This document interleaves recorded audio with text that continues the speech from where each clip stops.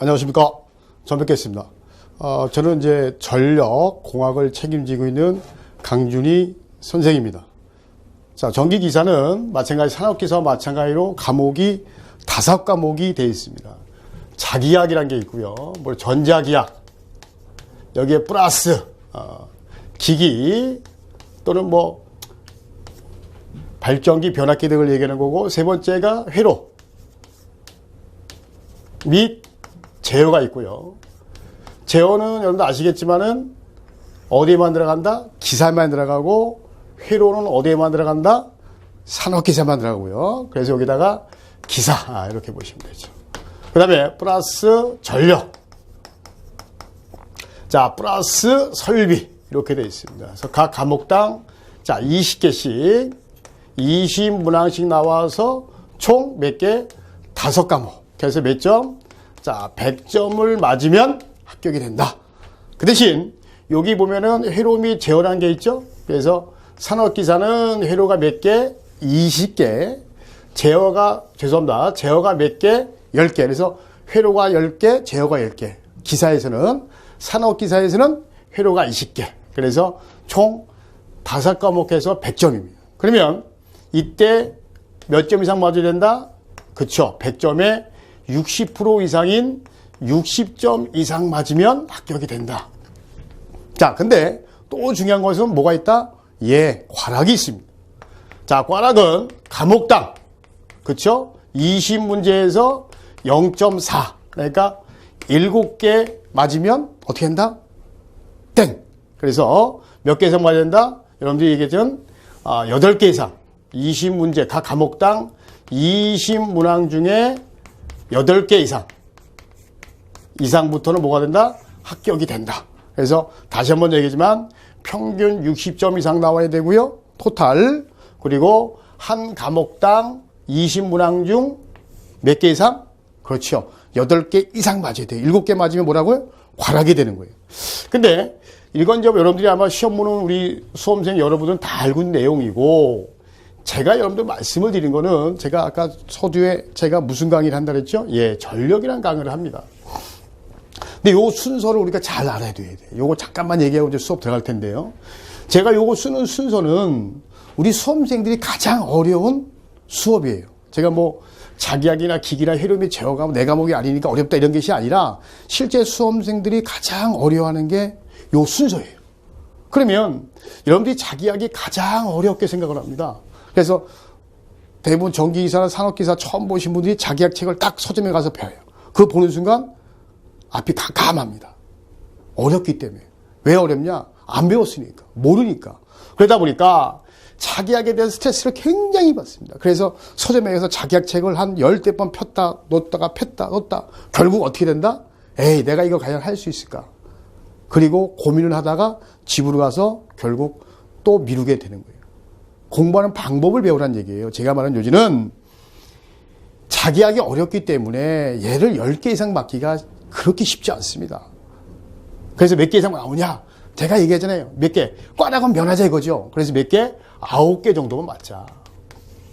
선생님 9개는 어떻게 맞으면 됩니까? 여러분들 자기약 20문제가 중요해요. 다 어렵지 않습니다. 보통 20문제에서 5개는 어렵다 치고 15개가 있어요. 15개 중에 몇 개는 쉽다? 맞습니다. 10개는 쉬워요. 우리 문제 공부하다 보면 가장 기본적인 내용, 그 다음에 내가 쉽게 풀 수 있는 문제, 요런 게 한 10문제가 되는 거예요. 그걸 맞히자는 얘기죠. 어려운 문제 절대 풀면 안 돼요.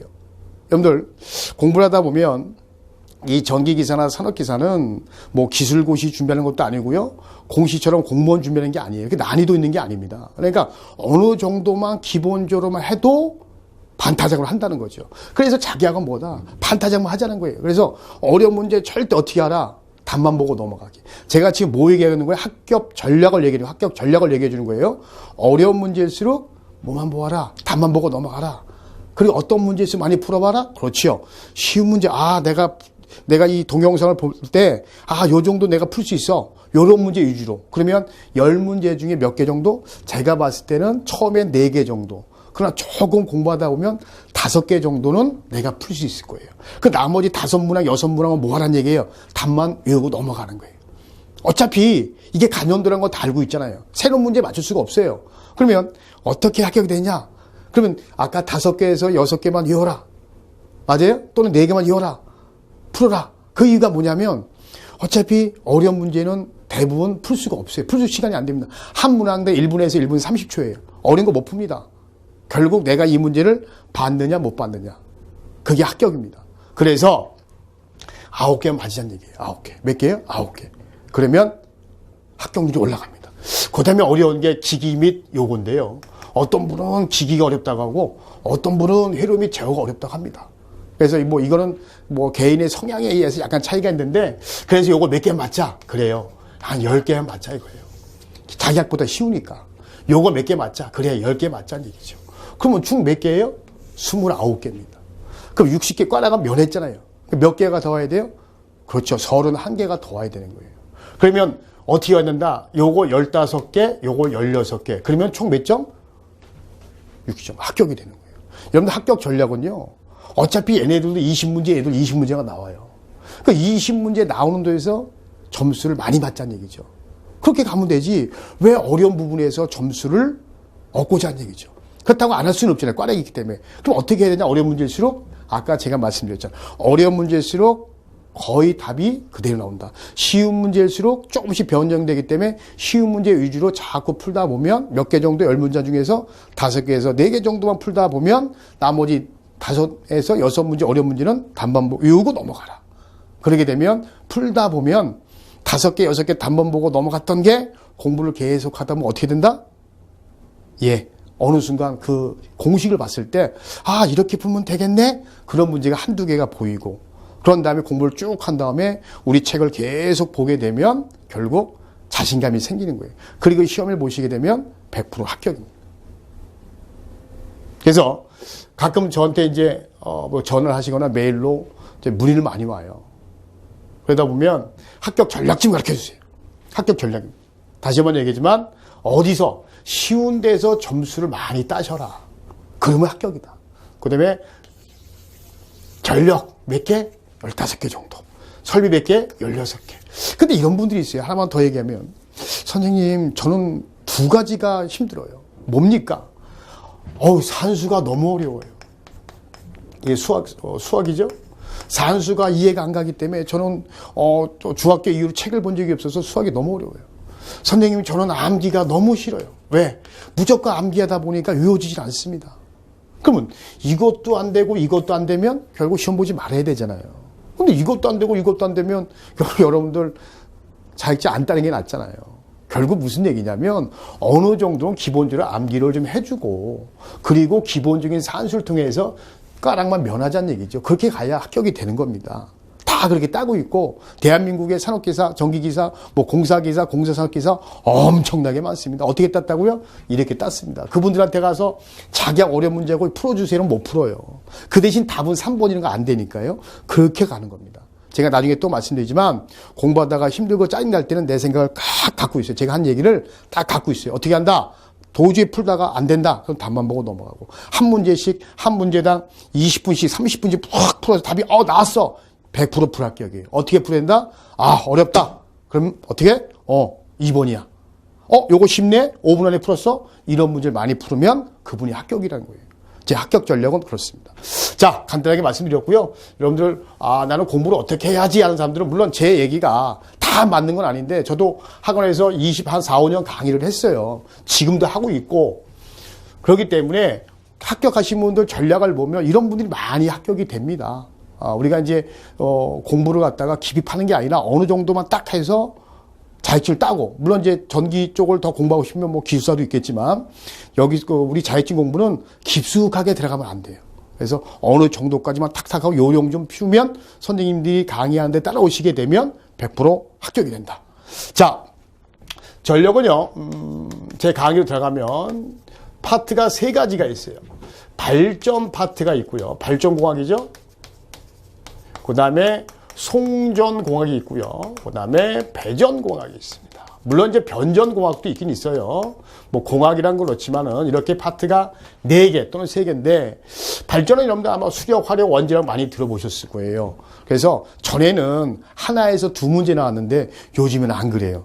예, 전에 어떤 문제가 있었냐면 2문제 이상 나오질 않는다라고 이제 했는데 지금 몇 개 이상 나온다? 어휴, 그렇죠. 기사에서는요 많이 나올 때는 3개에서 4문제가 나와요. 보통 3문제, 많이 나올 때 4개. 산업기사에서는 보통 몇 개? 2문제에서 많이 나오면 3문제. 최저 2개, 3개니까 발전공학에서 몇 개가 나오는 거야? 50%가 나오는 거예요. 5문제. 5문제면 20문제, 5문제면 25% 아니에요. 상당히 높죠. 그래서 이 발전공학을 전에는 강의들을 많이 안 했는데 지금은 20문항 중에 5문제가 나오기 때문에 많이 보셔야 돼요. 물론 5문제라는 것은 기사에서 3문제, 산업기사 2문제 합쳐서 얘기하는 거예요. 물론 나눠서 얘기하면 이제 3문제, 2문제인데 어쨌든 간에 이렇게 돼 있다. 그 다음에 이제 다시 써드릴게요. 그래서 보통 이제 2문제, 기사 몇 문제, 3문제 이렇게 나온다. 여기에 플러스 1-2개가 더 나온다. 이렇게 보시면 되고요. 아무래도 이 송전공학이 시험에 많이 나오죠. 이 송전은 뭐예요? 보넬송이란 얘기예요. 발전이란 게 뭐죠? 전력을 생산하는 거죠. 원래 전력이란 정의가 뭐야? 전력이라는 게. 단위 시가당 전류가 하는 일이에요. 일. 줄이죠. 줄. per second인데 하는 일인데 그 일을 우리는 전력이라고 하는 거예요. 그럼 일을 하려면 전력이 이제 우리가 파워라고 해서 P라고 써요. 전력, P. 따라오는 거예요. 다 합시다. P. 오케이. 전력이에요. 파워. 전력은 아까도 얘기했잖아요. 하는 일이니까 누가? 전류가. 그 전류가 있어야 되고 그럼 전류가 오려면 전류를 밀어줘야 되잖아요. 파이프에 물이 흐르려면 뭐가 있어야 돼? 펌프가 있어야 되죠. 펌프 왜 단 거예요? 펌프가 왜 단 거예요? 파이프가 물을 보내려면 물이 이제 파이프 안에 전류라고 생각한다면 여기 물이 흘러야 될 거 아니에요. 그러면 여기에 펌프가 있으면 반드시 뭐가 있어야 돼? 펌프가 있는 게 뭐예요? 압이죠, 압. 그렇죠? 수압을 만드는 거 아니에요. 그래서 여기서 밀어줘야 되죠. 압력 아니에요, 이게. 그게 우리 압력을 뭐라 그래요? 전압이라고 하잖아요. 그러면 전력을 만들려면 전류가 있어야 되고, 그죠? 이 전류를 밀어주는 힘, 누구? 전압이 있어야 된다. 근데 웃긴 게 뭐냐면 전압이 있어야 되고요. 따라서 전류가 흘러서 전력이 오는데 이제 문제는 뭐냐? 여러분 우리 전기는 크게 교류와 직류가 있어요. 그건 이제 회로에서 배워요.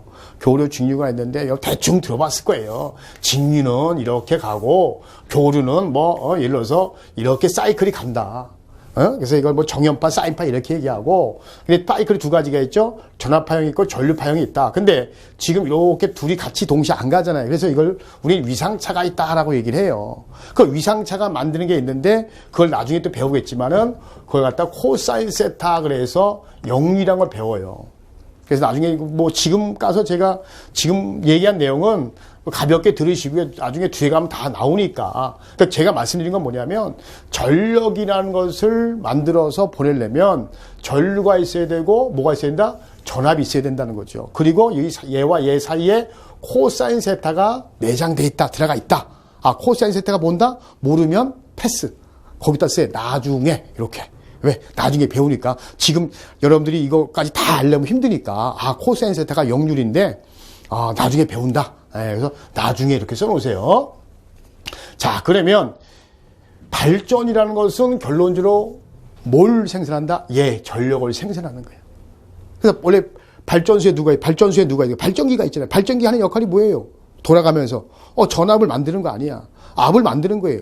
그리고 부하를 걸면 전류가 흐르는 거예요. 그렇기 때문에 발전이라는 것은 뭐냐면 전압을 만들어서 전력을 생산한다 이렇게 보시면 돼. 그럼 생산된 전력을 뭐 해야 돼? 우리 수용호까지 보내야 되잖아요. 근데 생각해 보세요. 우리 발전소가 어디 있어? 충남 기안에 하락발전소가 있어요. 그렇죠? 그 수도권까지 전력을 보내야 돼. 근데 인천이든 서울이든 수도권에 보면 엄청난 많은 전력을 보내야 될 거 아니야. 그러니까 대단위 전력을 보내야 되잖아. 그 엄청나게 많이 보내는 전력이다. 그래서 송전이라는 거예요. 그러면 제가 여쭤볼게요. 그럼 송전이라는 것은 결론적으로 많은 전력을 보내야 돼요. 그 많은 전력을 보낸다는 얘기는 많은 전류가 흘러야 된다는 얘기죠. 아까도 얘기했잖아요. 전력의 단위는 전류가 시간당 흘렀을 때 하는 일이니까 결국 전력이라는 개념이 크려면 전류가 많이 와야 돼. 그럼 전류가 많이 오려면 물이 많기 때문에 당연히 수압이 약해야 돼, 세야 돼요? 아니, 파이프가 굵은 물이 많으려면 펌프 압력 큰 거 쓰, 마력수 큰 거 쓰잖아요. 그럼 당연히 뭐 해야 돼요? 수압이 센 거. 수압이 세야 되는 건, 수압이 높다는 것은 뭐가 높다? 그렇죠. 전압이 높다. 전압. 따라서 송전솔로의 전압이 높아고 우리가 암기를 해야 돼요. 그래서 가장 높은 게 765kV가 있다. 765kV. 우리나라에 2회선이고 지금 예비로 지금 2회선 또 운전하고 있고요. 예비로. 그 다음에 뼈대를 이루고 있는 게 345kV.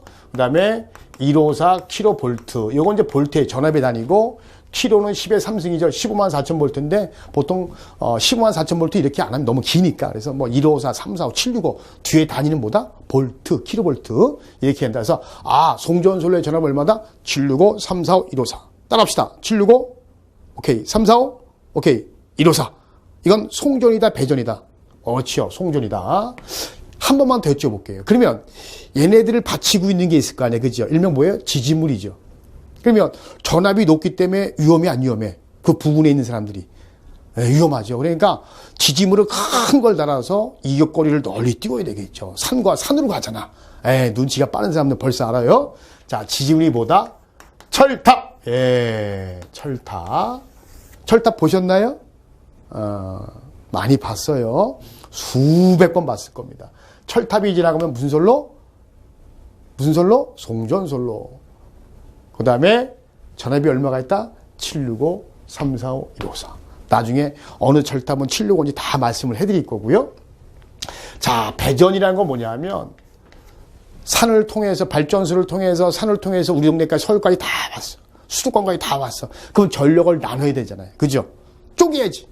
너는 성북구로 가라. 너는 어디로 가라? 뭐 동작구로 가라. 이렇게 강남구로 가라. 전력을 나눕니다. 그 나눌 때 전압을 떨어뜨려서 나눕니다. 그걸 갖다 배전이라고 합니다. 그래서 배전솔로의 전압은 얼마다? 22,900이다. 그래서 투투 라인이 지나가면 바로 뭐다? 배전솔로다. 따합시다. 229, 22,900볼트라고 합니다. 그래서 이렇게 되어 있고, 그러면 우리 가정집에는 사실 22,900을 써야 안 써요? 안 쓰잖아요. 그러면 요 22,900을 몇 볼트로 낮춰야 되죠? 변압기를 통해서?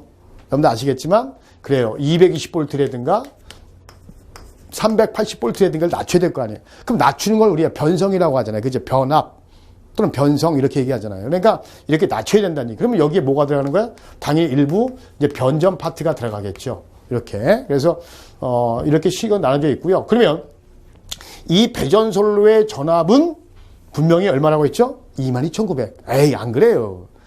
우리 전기를 안 배운 사람들 22,900 이렇게 얘기하고요. 이제부터 혀를 약간 굴려서 투트라인 이렇게 부릅니다. 요걸 얘기하는 거예요. 자, 그러면 얘 지지물이 뭐다? 얘 지지물. 우리 골목에 많잖아요. 산업들에 많은 거. 일명 그래요. 전주라고 합니다. 전기 전자에다가 기둥주자. 기둥을 세워서 가는 것을 전주. 뭐라고 한다? 배전이다. 그럼 여기서 시험에 나온 게 있을까요? 요건 상식인데, 요건 이제 여러분들 내가 앞으로 154, 345, 765, 투트라인 계속 얘기를 할 거예요. 그래서, 이제 이걸 기본적으로 알아두셔야 돼. 요걸 암기가 아니잖아요. 단지 뭐다? 이해를 해놓으란 얘기야. 그러면 나중에 우리가 의사소통이 된단 말이에요. 의사소통이. 그래서 알아두시고, 여기 중에서도 시험이 나온 적이 있어요. 요구 중에서도. 뭐라고 그랬냐? 여러분들, 우리 설비 중에요. 뭐라고 나왔냐면, 이제 고압, 저압, 특고압이라는 게 있어요. 7,000볼트를 넘으면 특고압이거든요. 그럼 얘네들은 7,000볼트 넘어요? 안 넘어요? 넘죠?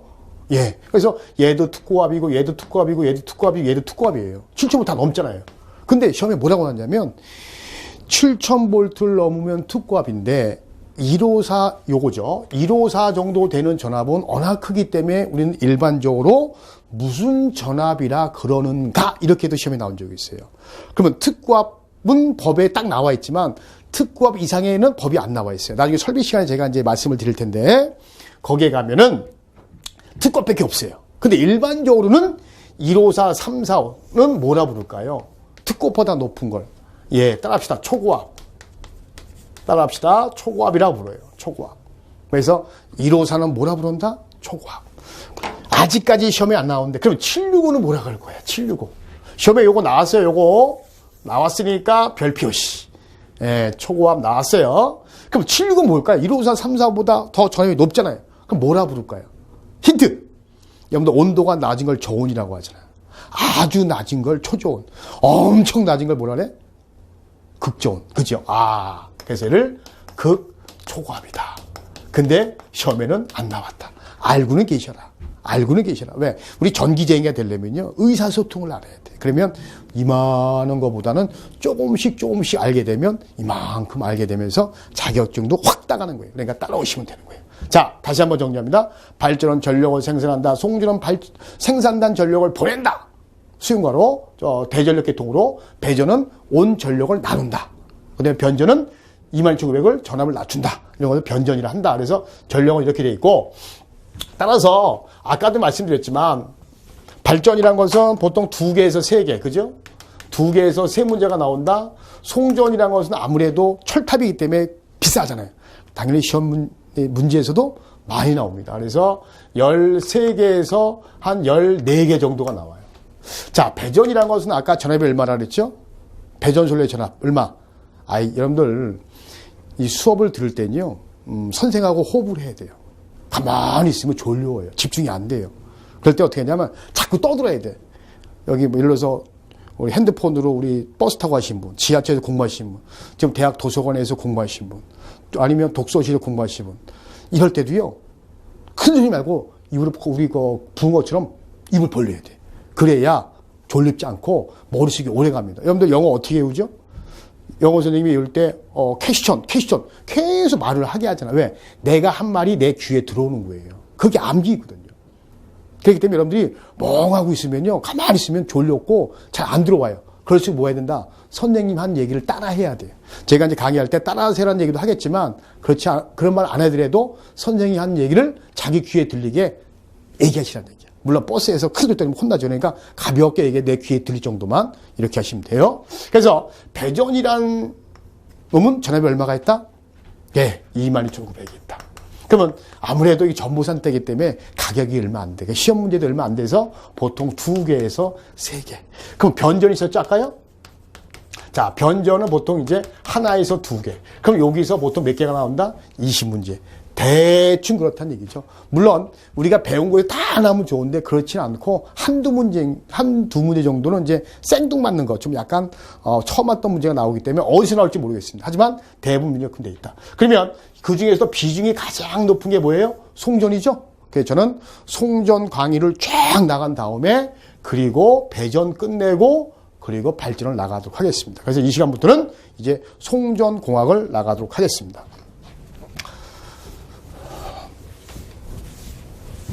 자, 그러면 제 이름을 얘기 안 했네요. 예, 강준희 선생님입니다. 나중에 하다가 질문 있으면요, 언제든지 메일로 보내주시고요. 메일 주소는 간단하게 써드릴게요.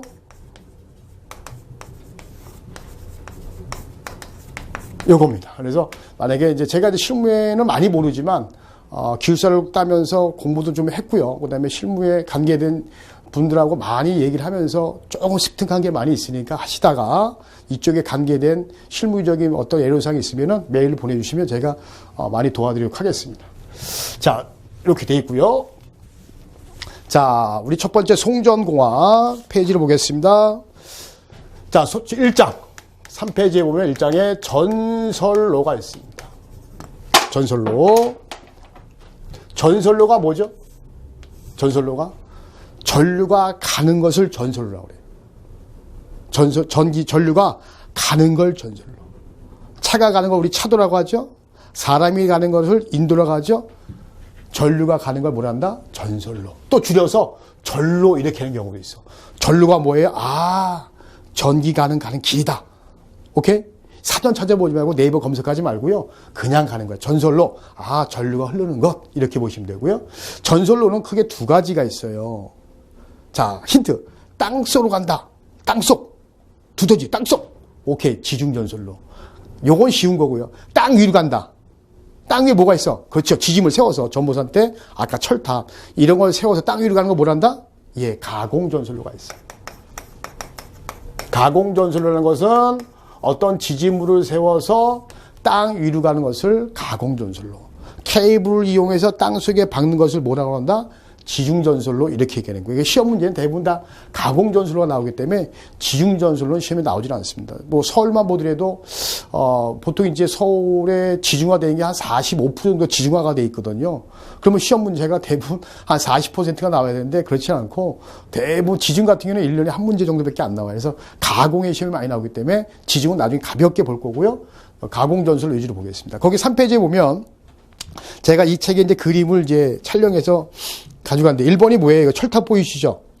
3페이지에 보면 그 철탑 사진이 보이는데 요게 바로 뭐다? 송전이란 얘기죠. 힌트. 요거 송전인데 1호상가요? 3, 4호 철탑일까요? 76은 아닐 거고 힌트. 철탑이 크다. 네, 3, 4호 철탑이에요. 2번 그림을 보실까요? 2번 그림 뭘까요? 예, 변전입니다. 변전. 그러니까 얘가 3, 4, 5 철탑이 들어가서 변전을 시켜서 변전이 뭐죠? 바꿔주는 거잖아요. 뭐 전압을 바꿔주는 거, 변압기를 통해서 나온다. 따라서 얼마가 나온다? 3번을 봐봐요. 여기 전보산 떼죠. 전보산 떼, 일명 전주, 배전설로 전압이 229. 예, 그래서 얼마다? 27,900이다. 요거 갖다가 우리는 뭐란다? 배전이나 한다. 사진을 실었기 때문에 이해만 해주시고요. 그래서 나중에 시골 가다 보면, 철탑이 지나가네? 그럼 철탑 이러면 안 되죠. 송전설로. 산업 들어가는데 옆에 전보산대가 있다? 배전설로. 가다 보니까 뭐가 이렇게 뭐가 전기가 들어가서 있는 것 같아요. 우리 뭐란다? 그냥 변전 이렇게 하시면, 조금 유식한 척 한 겁니다. 자, 그래서 여기 첫 번째, 가공전설로 송전은 765, 34, 154가 있다. 오케이. 그 다음 배전은 22,900 있다. 우리 앞에서 배웠고요. 자, 이제 첫 번째 뭘 배워야 되냐 요겁니다. 첫 번째 저항이란 걸 배워야 돼요.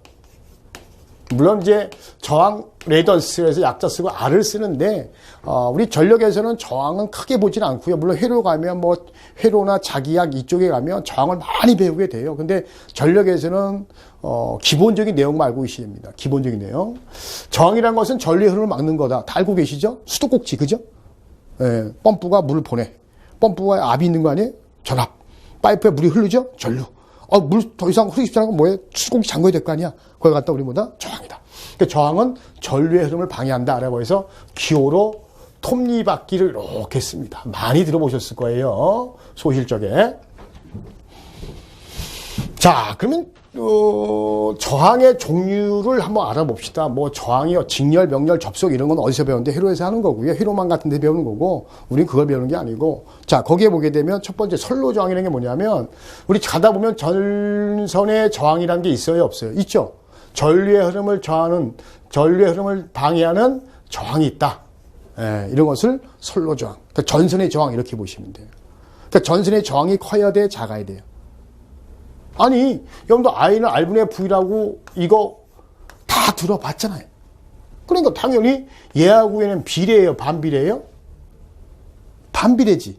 요건 반대, 요건 비례. 그죠? 반대가 되는 거 아니에요. 그럼 저항이 크면 반대가 되니까 전류는 작아지겠죠. 그럼 당연히 우리는 저항이 어떤 놈? 당연히 작은 놈을 쓰면, 그죠? 전류를 많이 흘려볼 수 있는 거 아니에요. 동일한 전선에서. 그러니까 저항이 작을수록 전류를 많이 보낼 수 있어야 되죠. 자, 근데 이런 저항을 우리는 무슨 저항? 첫 번째 선로 저항이다. 선로 저항은 전선의 저항이다. 이렇게 표현합니다. 물론 이제 우리 회로에 가면 R은 로우의 A분의 L이다. 이런 걸 배우게 돼요. 그때 요 저항이 바로 선로 저항이다. 이렇게 되어 있는데 요건 고유 저항이고 나중에 배울 텐데 여러분들은 이렇게 있다는 것만 알아두시고 자, 두 번째 뭐가 있느냐? 절연 저항이에요. 자, 보세요. 여기 전선이 이렇게 있습니다. 그리고 여기 전류가 흐를 거 아니에요. 그러면 철탑 같은 데 이렇게 보게 되면 전선이 피복이 돼 있어요, 안 돼 있어요? 잘 모르겠죠. 그렇다 올라가 만질 수도 없고, 위험하니까. 올라가지도 못하고. 근데 이렇게 보시게 되면 피복이 있는 것 같아요, 없는 것 같아요? 피복. 그것도 모르겠다. 그러면 요 사진을 잘 보세요. 앞에 아까 사진 잘 보시게 되면 여기 피복이 돼 있을까 안 돼 있을까 이것도 모르겠다. 말씀드릴게요. 보통 그 철탑에 있는 전선은 피복이 안 돼 있어요.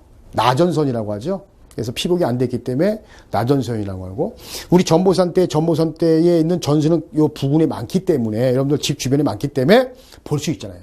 거기 이렇게 보면 피복이 돼 있어요, 안 돼 있어요? 돼 있죠. 무슨 색이에요? 검정색이잖아요. 그래서 옷이라는 절연물을 씌운 거예요, 거기다가. 절연물질을. 그러니까 절연전선이라고 하는 거죠. 그럼 절연이라는 게 무슨 얘기냐? 이런 얘기예요. 전선에다가 피복을 이렇게 씌웠잖아요. 이 피복을 우리는 따라합시다. 유식하게. 에이, 부도체 이런 말 쓰지 말고, 전기니까. 인슐레이터, 따라합시다. 절연체. 따라합시다. 절연체. 자, 그러면 이 절연체는 뭐냐? 바로 뭐예요? 전류가 나오지 못하게 막은 저항을 얘기하는 거예요. 그러니까 이 절연체가 가지고 있는 저항을 합치면 절연 저항. 오케이. 그렇죠? 그럼 여기에 흐르는 저항을 무슨 저항? 선로 저항. 그러면 선로 저항은 뭐 이미 배웠어. 그러면 이 절연체가 가지고 있는 저항이 커야 돼요, 작아야 돼요? 또 오음의 법칙 할까요? 아니, 우린 다 알고 있어. 아까 I는 R분의 V라고 했잖아. 그러면 저항이 크면 전류가 나와야 안 나와요? 안 나오지. 여기 저항이 크면 전류가 안 나오지. 그러면 내가 이거 만졌을 때 감전이 돼야 안 돼요? 당연히 안 되죠. 근데 만약에 저항이 떨어졌어. 저항이 떨어지면 전류가 세겠죠. 네. 이때 만졌을 때 감전이 돼야 안 돼? 당연히 감전이 되는 거지. 그냥 가는 거지. 따라서 이 절연체가 가지고 있는 저항을 따릅시다. 절연 저항. 그럼 커야 돼, 작아야 돼? 커야 돼. 따라서 절연진이 커야 내가 죽어, 안 죽어? 오케이, 안 죽는다. 그래서 절연 저항은 클수록 좋은 거구나. 내가 그래서 우리 집에 이제 코드가 있어. 코드 내가 만져도 감전이 안 되잖아. 그 이유가 뭐예요? 그렇지, 절연이 돼 있기 때문에. 절연이 돼 있다. 조금 유식하게. 뭐가 좋다? 그렇죠. 절연 저항이 커서. 완전히 피복을 만져도 띠 전기가 와. 이건 뭐예요? 절연이 나빠져서.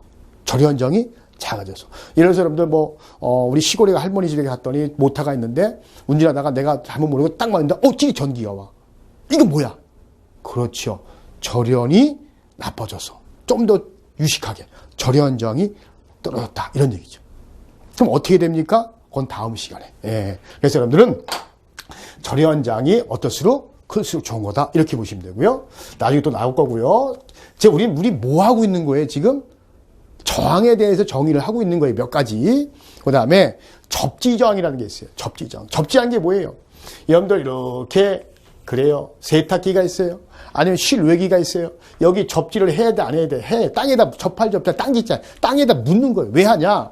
여러분 실외기 같은 경우에는 절연이 돼 있어요, 안 돼 있어요? 당연히 절연이 됐죠. 실외기는 그 안에 모터가 들어가 있죠. 그죠? 그 돌잖아요. 거기 팬이 모터 들어가 있어요. 전기 공급하고 있잖아. 전류가 흐르고 있잖아. 근데 절연이 돼 있단 말이에요. 그럼 모터는 뭘로 돼 있죠? 코일로 돼 있죠. 코일은 절연 돼 있어요, 안 돼 있어요? 코일, 에나멜선. 선륜, 우리말로 선륜, 에나멜선, 코일. 참 말 많다. 다 똑같은 말이에요. 선륜, 코일, 에나멜선. 지금 우리 이제 앞으로 코일이라 부를게요. 코일 절연 돼 있어요, 안 돼 있어요?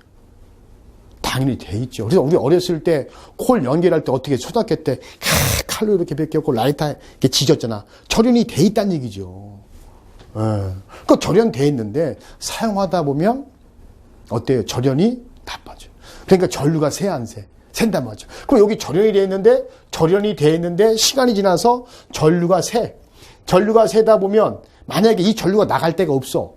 근데 내가 우리 집 베란다에서 바깥쪽 공기를 쐬고 싶어서 이 실외기에 돌고 있는 상태에서 덜그덩 내가 만지면 어떻게 되는 거예요? 이 전류가 내 몸을 통해서 이렇게 흐르니까 그냥 가는 거 아니야. 내가 접지가 됐잖아. 그죠? 그러니까 전류가 일을 걷지 못하게 하려면 뭘 박아야 돼? 그렇죠. 접지선을 연결을 해야지. 그럼 접지선 연결을 쓰면 어떻게 하냐? 전류가 샜네? 그러면 얘를 통해서 이렇게 전류가 흐를 거 아니야. 그럼 지락된 거죠. 원래 지락이 있고 누전이 있는데 나중에 다 설명을 드릴게요. 지락과 누전은 달라요. 나중에 설명을 드리겠습니다. 그럼 또 우리 성질이 급하지, 그지? 또 왜냐하면 또 갑자기 우리 선생님이 지락과 누전을 얘기했는데 난 여태까지 같은 걸로 알고 있는데 또 왜 다르다고 얘기하느냐? 근데 나중에 얘기한다는데 또 까먹을 것 같아. 왜 시험에 안 나와 이거는? 근데 기본 상식이 나옵니다. 우리 기술사에 가면 나와요. 기술사에 가면은 지락과 누전의 차이점을 기술하시오 이렇게 나와요. 잠깐 말씀드릴게요. 지락이라는 건 뭐냐면 그래 땅으로 떨어진 거야. 뭘 통해서? 접지선 등을 통해서. 그러면 접지선이라든가 우리 아까 저 철탑은 나전선이라고 그랬죠? 나전선 등 같은 게 접촉해서 전류가 땅으로 흐르는 걸 지락이라고 그래요. 좀 더 쉽게 얘기하면 땅으로 흐를 수 있는 상황을 만들어서 흐르는 걸 지락이라는 거. 누전은 뭐야? 샌 거 아니야. 샌 루자 아니에요. 그러니까 뭐야? 전류가 새지 못해야 되는데 전류가 샌 거야. 그지? 예. 그러니까 여기 예를 들어서 이거예요. 여기에 절연장 있잖아. 그지? 절연장은 뭐예요? 전류가 새지 못하게 한 게 절연장 아니야. 근데 절연장이 나빠지면 전류가 조금 샜어. 그지? 빨리 눈치채야지. 절연장이 I는 R분의 V니까 절연장이 예를 들어서 무한대요. 예, 절연장이 무한대면 무한대 역수가 얼마야? 무한대 반대는 당연히 0이지. 그러니까 절연장이 크면 전류가 안 샌단 말이지. 근데 절연장이 조금 떨어져. 절연장이 떨어져. 그러면 전류가 약간 셀 거 아니야. 그죠? 약간 샌다가 지내가 금방. 그러니까 셀 루자 써서 그걸 우리 뭐다? 누전이다. 이해 가셨어요? 정리하면 지락은 접지선 등을 통해서 흐르는 걸 지락이라고 하고, 누전이란 것은 피곡이 되어 있는데, 절연이 되어 있는데 거기에 절연에 약간의 전류가 새서 나간 것을 누전이라고 한다. 이렇게 되어 있는 거죠. 이렇게 이해만 하세요. 예. 근데 이거 아쉬움 많지 않은데 여러분들 이제 알고 있는 거예요. 지락과 누전의 차이점. 자, 다시 원위치 와서. 그러면 접지 않으면 전류가 조금씩 새고 있는데 셀 데가 없잖아. 근데 이런 순간 내가 딱 만지면 내가 접지 안 되니까 위험하다는 얘기고. 그럼 여기에 접지를 했어요. 그러면 전류가 이렇게 흐를 거 아니에요. 그 전류가 샜으니까 이걸 보게 해서 누가 있어? 전류가 새면 떨어지는 거. 2로 시작하는데 2. 그렇지. ELB. ELB가 뭐예요? 어스로드 브레이커. 누전 차단기. 그러니까 얘가 잡아 떨어진단 말이에요. 선생님 떨어지면 전기 나간 거 아니에요? 당연하죠. 내가 죽는 것보다 누전 차단기 떨어진 게 좋지. 그럼 내가 자꾸 떨어져. 올리면 떨어지고 올리면 떨어지고. 그럼 안 돼. 요걸 한번 잘라봐요. 요걸 잘라보고 얘를 올려봐. 안 떨어지지. 그러면 이거는 내가 만졌을 때 떨어진다는 거 아니야. 결국 뭐야? 시력이 바꿔야지 어떻게. 시력이 바꿔야. 시력이 뭐 50이든 60만 원이든 내 목숨만 바꿀 수 없잖아. 그러니까 반드시 접지가 돼 있어야 된다. 오케이? 반드시 접지가 돼 있어야 되고, 접지가 안 돼 있으면 오늘 집에 가서 접지하기. 예, 접지해서요. 접지했는데 차단기 떨어진다 운전할 때, 그러면 교체해야 돼. 잘못하면 누구랑 바꾼다? 내 목숨하고 바꾼다. 꼭 제가 이 목숨이라고 좀 너무 혐오한 표현을 썼는지 몰라도 전기는 그런 거예요. 전기는 위험하기 때문에 여러분들 꼭 이렇게 접지 같은 거 해야 되는데, 그러면 땅으로 흘러야 되기 때문에 이 저항값은 커야 돼, 작아야 돼. 땅으로 전류가 잘 흘러야 되기 때문에. 그렇죠. 작아야 되죠. 땅에다 묻은 정을 따릅시다. 접지정. 따라 하자니까요. 접지장 커야 돼, 작아야 돼. 작아야 되고. 절연장은 전류가 새는 거니까 새지 못하려면 저항이 커야 돼. 절연장은 클수록 좋은 거고, 접지장은 작을수록 좋은 거고, 선로장은 작아야 되죠. 전류가 흐르려면. 이게 가장 기본적인 저항이에요. 이런 내용이 절연장, 접지장 계속 반복해서 나오기 때문에 우리가 알고 있어야 된다. 시험에는 안 나와요. 상식 우리가 알고 있어야 돼요. 의사소통. 예. 자, 그 밖에 거기에 보면 접촉저항, 부하저항, 인체저항. 부하가 뭐예요? 부하가. 예, 전기가 하는 일을 부하라고 그래요. 그래서 전력을 소비하는 거, 형광등이든 에어컨이든 냉장고든 전력을 쓰잖아. 그러니까 전력을 쓰는데, 전력이 쓰는 부분, 전력이 하는 일이잖아. 그 일을 하는 부분을 우리 뭐라 그래? 부하. 그래서 부하저항, 인체, 사람의 저항, 접촉저항, 뭐 만졌을 때 저항 등등이 있는데, 여러분들 이해만 하시고 절연장, 접지저항 등등이 있다라고만 요 개념을 알아두시면 됩니다. 자, 그 다음에 저항은 요 정도에서 끝날 겁니다. 나중에 해로 가면 더 많이 배울 거고요. 두 번째, 전선. 전선. 자, 와이어죠? 예. W만 쓸게요, 와이어. 자, 전선이 있는데, 전선 중에 첫 번째 표표과가 있어요. 요거 별표시. 예. 왜 별표시 하느냐? 중요하기 때문입니다. 중요하기 때문에. 잘 나와요. 자기약 가면도 여기에 자기약에서도 표표과가 나와요. 그럼 표표과가 뭐냐? 이런 얘기예요. 그 말대로 피가 뭐야? 피. 껍데기 아니야, 껍데기. 자, 무슨 얘기냐면 이렇게 전선이 있어요. 여러분들 힌트 드릴게요. 우리 어렸을 때, 고등학교 때, 중학교 때 수학여행 가잖아요. 그러면 선생님이 야, 탑승 하잖아요. 근데 꼭 어디부터 타요? 뒤쪽에. 그쵸? 앞에서 안 앉잖아. 물론 나이 먹으면 앞으로 오지만, 벌써 버스 타라 그러면 꼭 이런 새끼 쫙 뒤로 타잖아. 뒤쪽부터 사이드로 이렇게. 자, 여러분들 교육받으러 가잖아요. 민방위 교육도 가고, 또 예비훈련, 뭐 야간에 이제 뭐 정신교육 받잖아요.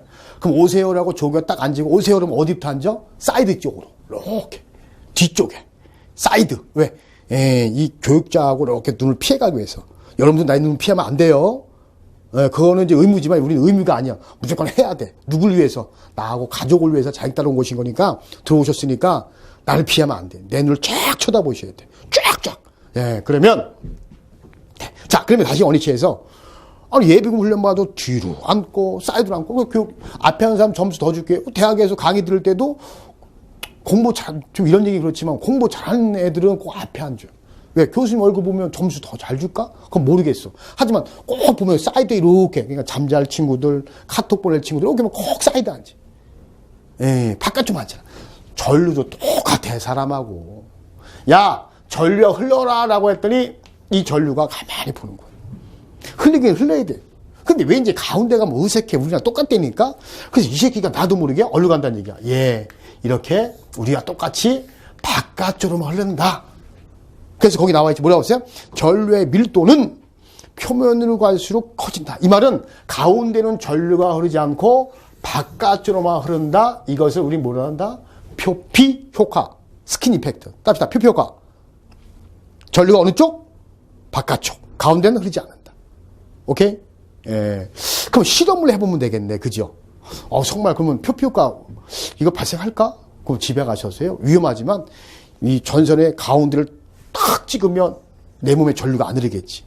근데 가운데 찌르면 감전이 안 되네? 그러면 표피효과 인정하잖아.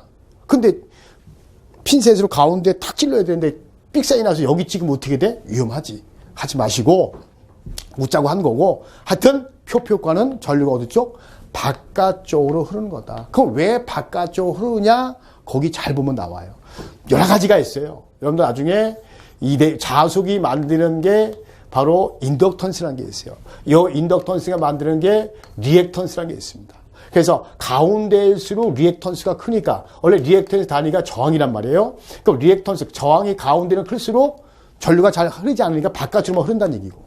이렇게 표현하는 방법이 있고, 두 번째, 거기 보면 역기전력이 있어요. 그래서 E는 N의 마이너스 N이죠. 역기전력이니까. E는 마이너스 N의 DT분의 D파이. 나중에 자기학에서 나와요. 역기전력 마이너스니까 얘도 마이너스겠죠. 그러니까 여기서는 바로 이렇게 역기전력이 만들어지기 때문에, 반대로 기전력이 만들어지기 때문에 이걸 피해서 오기 때문에 바깥으로 간다. 이렇게 표현한단 말이에요. 우린 그거 알 필요 없어. 이거 이해하지 말고 이런 거 다 지워버리세요. 이게 리액턴스 몰라. 그냥 우리가 아는 건 뭐다? 표피 효과는 어느 쪽? 바깥으로 오는 것을 표피 효과. 요거 알고 계시면 돼. 자, 그러면 그 밑에 뭐 나오나 있어요? 전류가 바깥으로 집중되는 현상인데 밑줄 쳐보세요. 주파수가 클수록 직경이 전선이 굵을수록 투자율이 클수록. 선생님 투자율이 뭐예요? 이게 우린 그러지 말고 지금 여러분들 투자율 하면 자기학 다 배우는 거예요. 우리는 가볍게 갑시다. 어떻게 온다? 표피 효과는 전류가 바깥쪽으로 흐른다. 그리고 어떨수록 크고 답이요. 그지? 투자율은 우린 몰라지만 투자율이 뭔 의미인지 몰라. 주파수가 어떤 관계인지 몰라. 그냥 우리는 크고 답이지. 다음 표표가 설명 중 옳은 것. 크고 작고 땡. 작고 크고 땡. 크고 땡. 땡이 아니라 그게 답이지. 왜? 이게 답이니까. 우리 그게 중요한 거지. 나중에 자기학감 배우니까 우리 가볍게 가자는 얘기. 그래서 표표가는 전류가 바깥쪽. 뭐가 답이다? 크고. 이게 설명이 맞는 거다. 이렇게 보시면 됩니다. 자, 이렇게 해서 강의를 여기까지 하고 다음 시간에 뵙도록 하겠습니다. 수고하셨습니다.